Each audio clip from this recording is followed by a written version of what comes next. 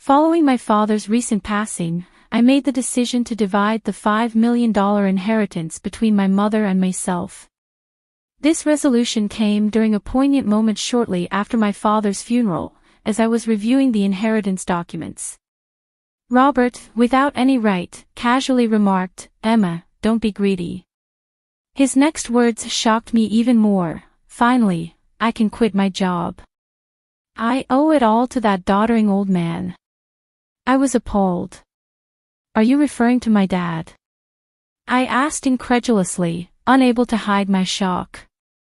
Robert ignored my dismay, and together with my mother-in-law, they excitedly made plans to buy a new car and go on a shopping spree. This unexpected behavior was too much for me. Here I was, grappling with my father's death, overwhelmed with household responsibilities, and now listening to them insult the man who had just passed away. The thought of continuing to live with Robert and my mother-in-law became unbearable.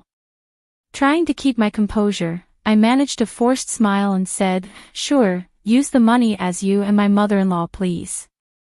My name is Emma Watson. I'm a 40-year-old housewife who works alongside my husband. I grew up as an only child to parents who were both doctors and ran a highly respected clinic in our hometown. They showered me with affection, and although I chose a career in pharmacology over medicine, they supported my decision. Tragedy struck our family 8 years ago when my mother died in an accident, leaving my father and me heartbroken. During those difficult times, Robert, then my boyfriend, was my pillar of support. We met through a mutual friend, and 3 years after my mother's passing, Robert proposed. Robert worked as an ordinary salaryman in the food and beverage industry. Despite my higher earnings, I believed that love would help us surmount any challenges. My father was thrilled when I announced our engagement. "I have seen how Robert supported you, Emma. Thank you so much. Please continue to take care of her," he said. Robert promised my father, standing tall, "I will make her happy." I felt a surge of happiness standing beside him, convinced of our bright future together. But when we visited Robert's family to announce our engagement, his mother, heavily made up and a divorcee herself, looked me over critically. "Marriage, huh? You're Robert's choice. Isn't she a bit plain for you? And older too. Wouldn't a younger woman be more suitable?" Her words were like a cold splash of reality in my dreams. Robert's retort caught me off guard when his mother questioned whether a younger and prettier girl would suit him better. "Mom, Emma works at Gold Pharmaceuticals, and her dad is a doctor who runs his own practice," he said, focusing more on the financial aspects of my background than my personal qualities. His mother's demeanor quickly shifted to one of approval. "Oh, Robert, you should have mentioned these important details sooner. I'm happy to approve of the marriage. Nice to meet you, Emma, and thank you." With his mother's approval secured, Robert was elated. Yet, despite the smooth progress towards our marriage, I felt a lingering unease. As we prepared to officially register our marriage, my father, who was not only a doctor but also a property developer, presented us with a generous wedding gift, an apartment in Philadelphia, USA. I shared the exciting news with Robert. "Dad has given us this apartment as a wedding gift. It's our new home. Let's live here happily and peacefully together." Robert's smile radiated happiness, marking the beginning of our married life. However, the reality of married life soon revealed unsettling truths. Robert, who had lived with his parents until our marriage, seemed almost entirely incapable of handling household chores. He couldn't cook, was clueless about operating the washing machine, and showed no interest in learning. His habits were messy. He left garbage scattered around and never bothered to clean up. While I was committed to sharing household responsibilities evenly, Robert's carelessness only increased my frustration. During our first year of marriage, I shouldered all the household duties. Although it was our honeymoon phase, the burden of managing both work and home life alone wore me down. By our second year, I reached my breaking point and decided it was time for a serious discussion about sharing household duties. I gathered my courage and expressed my dissatisfaction to Robert, hoping for some understanding or willingness to change. To my dismay, his response lacked both gratitude and reflection. "I'm tired from work too," he said dismissively. "You're much better at chores than I am. It's better if you handle them since I'm not good at it." Dismissed so casually, Robert continued to avoid helping with the chores, leaving me to manage our home almost single-handedly. As our marriage progressed, I found myself increasingly bearing the burden of our household responsibilities. But that wasn't the only challenge I faced. After marrying Robert, I also discovered that his mother had some demanding expectations. Robert never showed much interest in celebrating seasonal occasions, so I decided to send a thoughtful gift to his mother for Mother's Day. I chose a high-quality scarf and a bouquet of carnations, thinking she would appreciate the gesture. However, her response left me stunned. She called me, sounding displeased, and criticized the scarf for not being a luxury brand item. I attempted to explain the quality of the scarf, but she dismissed my explanation, insisting that she only wanted gifts from renowned luxury brands. Feeling bewildered, I relayed the incident to Robert when he returned home, hoping for some support. Instead, his response was dismissive. "It's just a scarf. Just do as she says." From then on, to avoid conflict, we resorted to giving her cash as she demanded. Moreover, by our 6th year of marriage, Robert's mother began to visit our home frequently, often finding reasons to ask for money. Robert, without hesitation, would always oblige, handing over money with a smile. Despite my having a job, Robert's income was modest, and managing our finances became increasingly difficult. Driven by desperation, I began to dip into our savings and cut living expenses. Despite my frustrations, I reminded myself that Robert's mother had supported me during tough times, and as the mother of someone I cared about, I felt compelled to endure these challenges. Now, in our 7th year of marriage, I continue to manage all household chores and the demands for money from my mother-in-law. During this routine, my father, whom I hadn't seen in some time, called me unexpectedly. The news he shared during our rare meeting was heart-wrenching. He revealed that he was suffering from terminal cancer and that treatment was no longer an option. Overwhelmed with shock, tears spilled from my eyes. My father gently stroked my head, comforting me as he did when I was a child, and softly said, "Emma, this is fate. Let's accept it quietly." Faced with this devastating news, my days became a relentless juggling act of work, household duties, and visits to my father's hospital. While my job provided some flexibility, managing the household remained a challenge. When I informed Robert that I would be caring for my father during this difficult time, he showed no reaction or willingness to help, leaving me to navigate these hardships largely on my own. Dealing with my father's sudden illness was overwhelming, and Robert's lack of support only added to the strain.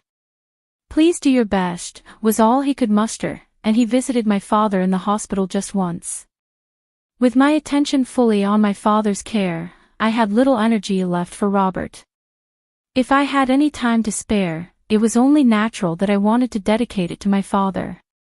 One day, as my father lay weak in his hospital bed, he asked me out of the blue, "How is your marriage with Robert going, Emma?" His question caught me off guard. Reflecting on Robert's indifferent attitude at home and his mother's demanding behavior, I found myself at a loss for words. My hesitation must have spoken volumes because my father gently told me, "Emma, you don't have to endure all this. Think about your happiness. Don't worry, you won't face any hardships after I'm gone." His words brought tears to my eyes, and I wept as he held my hand firmly and silently. 4 months later, the inevitable happened. My father passed away quietly. Amidst immense sorrow, I began arranging his funeral. Robert, however, seemed detached from my grief and offered no help with the preparations. Despite this, I was too occupied with the funeral details to focus much on Robert. Many friends and acquaintances came to pay their respects, making it a deeply moving farewell. Even the usually indifferent Robert and his mother attended. The day after the funeral, I received a call from a lawyer regarding my father's inheritance. I arranged a meeting to discuss the details, and what I learned was both surprising and overwhelming. After taxes, including the inheritance tax, my father's estate amounted to over $5 million. He had been successful not only as a doctor but also in real estate investments, leaving behind a substantial fortune, all of which was to be inherited by me, his only daughter. Filled with surprise and gratitude, yet trembling at the thought of managing such a significant sum, I proceeded with the inheritance process. After returning home, I spread out the documents I had received from the lawyer on my desk. Reading through them, exhaustion finally took over, and I dozed off on the sofa. When I awoke, I could hear the cheerful voices of Robert and his mother in the distance, discussing something that sounded far too jovial given the recent events. Their laughter and conversation seemed disconnected from the gravity of our recent loss, leaving me feeling even more isolated in my grief and responsibilities. As I awoke from my doze, I was surprised to see Robert approaching me with a beaming smile. "Yes, Emma, well done," he exclaimed. Confused by his sudden excitement, I noticed the inheritance papers in his hand, the ones I had received from the lawyer. "Wait, don't just read those without asking," I said, shocked and angry that Robert had gone through the documents without permission. However, my mother-in-law, unfazed by my distress, happily chimed in, "Wow, an inheritance of $5 million. Isn't that amazing? Now we can live comfortably for the rest of our lives." I was stunned and couldn't understand why she was so exuberantly laying claim to the inheritance. Robert then turned serious and declared, "About this $5 million, I've decided it will be split between me and my mom." His words felt like a blow, especially since it was right after my father's funeral. Robert had looked through the inheritance documents without my permission and boldly stated, "Emma, don't be too greedy. Now I can finally quit my job. I have to thank that doddering old man." "Are you talking about my dad?" I blurted out, my voice tinged with disbelief and hurt. "Well, anyway, let's proceed with the inheritance process and get the money into our joint account as soon as possible," Robert continued, ignoring my shock over his blunt and disrespectful remarks. As Robert and my mother-in-law excitedly discussed plans to buy a new car and go shopping, my emotions reached a boiling point. I was burdened with household chores and constantly asked for money, and now they had insulted my deceased father. Holding back my anger, I replied with a forced smile, "Sure, use the money however you and my mother-in-law please." Hearing this, my mother-in-law, seemingly satisfied, said cheerfully, "That's the spirit, Emma. Quick to agree. Now make sure you work hard and earn money. I don't want our savings to decrease, so work hard." I just nodded, pretending to listen to her selfish words. Afterward, Robert and my mother-in-law began living extravagantly, as if they had suddenly become millionaires. Robert quickly quit his job, and my mother-in-law practically moved in with us, staying at our house constantly. They would leave in the morning and return laden with luxury brand items from their lavish spending spree. They even started critiquing high-end restaurants. "The 3-star restaurant we went to today wasn't as great as I expected," they would say, discussing their outings as if they were seasoned celebrities, detached from the reality of our situation. Meanwhile, I was left to manage all the household duties as if I were a live-in maid. Robert seemed under the impression that my father's inheritance would be readily available, and he began withdrawing money carelessly from our joint account. My savings of $140,000 rapidly dwindled. When I confronted them about their excessive spending, Robert just laughed it off. "What are you worried about? Isn't $5 million coming soon? This kind of spending is no big deal." Despite my warnings and protests, Robert completely ignored my concerns. Then, a month later, Robert and my mother-in-law abruptly left for a vacation to Hawaii. I wasn't invited and found myself alone at home. After waving them goodbye, I decided it was time to take a firm stand. About a week later, while I was enjoying a quiet day at home, I was startled by a loud knock on the door. Peering through the intercom monitor, I saw Robert and my mother-in-law standing there, dressed in Hawaiian shirts and looking puzzled. "What do you want?" I asked, calmly yet coldly. Angered by my demeanor, Robert retorted, "What are you talking about? Why won't the door open?" Confidently, I replied through the intercom, "Well, I changed the locks on the door, so of course it won't open." "Why?" "Let's talk this over calmly at the nearby cafe." "Please go ahead, I'll join you shortly," I suggested. After a moment of shouting and frustration, they realized their efforts were futile and headed to the cafe. Once I was sure they had left, I followed them.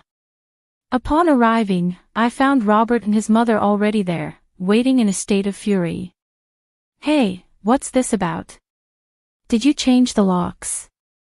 Hand over the new keys right now," Robert demanded. "There's no need for me to give you the new keys. You both need to leave that house," I told them calmly. Facing a visibly angry Robert, I pulled out a piece of paper from my bag.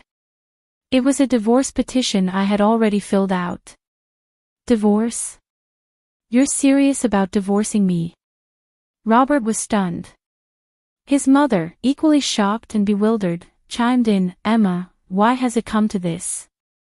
Their reactions mirrored their disbelief, but I remained resolute, ready to reclaim my life and my independence from their unrelenting selfishness and disrespect.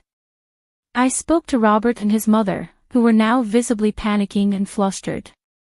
"With the way you've been spending every day, are you sure your finances are okay? What money?"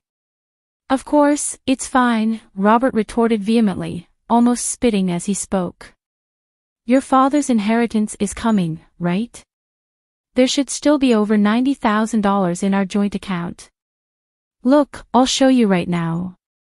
Saying this, Robert pulled out his smartphone and quickly opened the banking app to check the account. His expression shifted suddenly. "What? What's this? Why is the money gone? It was there just the other day." Hearing Robert's startled reaction, his mother also checked her phone, her face clouded with confusion. I decided it was time to reveal the truth to them while they were still trying to make sense of the situation. "Of course it's gone. I'm divorcing you, so I moved that $90,000 to my account as part of the property division." "What do you mean?" Robert's face twisted in anger for a moment, but then he smirked as if a thought had struck him. "Fine, I'll divorce you. Then transfer the inheritance you got from your dad right away. After all, property acquired during the marriage is split half and half in a divorce, right?" "You might be misunderstanding something," I replied calmly. "Did you not know that the inheritance I received, even though it was during our marriage, doesn't count for property division?" There was a moment of silence as this sank in, then Robert's and his mother's expressions changed drastically. Perhaps they truly believed they would receive part of my inheritance. I could only sigh in disbelief at their ignorance. "No, that can't be true. That's impossible." His mother's face turned red, a mix of denial and anger flaring up. "Please, check for yourself," I said, a hint of mockery in my voice. Robert started frantically searching on his smartphone. "It says here, property inherited by one spouse from a parent is considered separate property. Therefore, it's not subject to division and can't be split between the spouses." "What? Seriously?"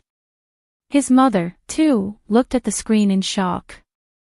Then, Robert approached me, pleading desperately. "Emma, please don't divorce me. I have no savings and no job. How am I supposed to live if you divorce me?" Faced with Robert's weak attempt to sway my decision, I spoke to him clearly and firmly.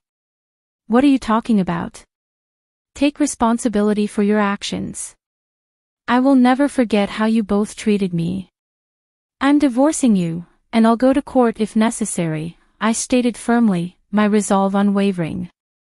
Robert and his mother, taken aback by my fierce determination, a side of me they had never encountered before, shrunk back in fear, their whispers barely audible. With their spirits clearly dampened, I walked out of the cafe with my head held high. In the weeks that followed, Robert and I underwent the divorce proceedings smoothly. The $90,000 I had prudently moved from our joint account was duly recognized as part of the marital property division. Over time, I succeeded in removing Robert and his overbearing mother from my house. Having frivolously spent the money from our settlement, Robert found himself without a penny to his name. Compounding his woes, he was buried under a mountain of bills from lavish overseas trips and other reckless expenditures he had charged to his credit cards, plunging rapidly into debt. To manage these expenses, Robert and his mother were forced to incur even more debt, and now they reside in a dilapidated apartment, laboring tirelessly every day to climb out of their financial pit. The stark reality of their new humble lifestyle was a brutal shock compared to their previous extravagance. On my end, I made significant changes to my life. I sold the condo I once shared with Robert and moved into the apartment that had belonged to my father. I continued with my job, and thanks to the inheritance I received from my father, I now enjoy a comfortable financial situation. I live with a deep sense of gratitude for my late father, whose legacy has given me a new lease on life. With this fresh start, I am committed to cherishing my life and looking forward to a future filled with peace. I am determined to protect my happiness and spend my days living tranquilly, savoring the stability and serenity I have worked so hard to secure. My focus now is on enjoying the simple pleasures of life, secure in the knowledge that I have overcome significant challenges and emerged stronger.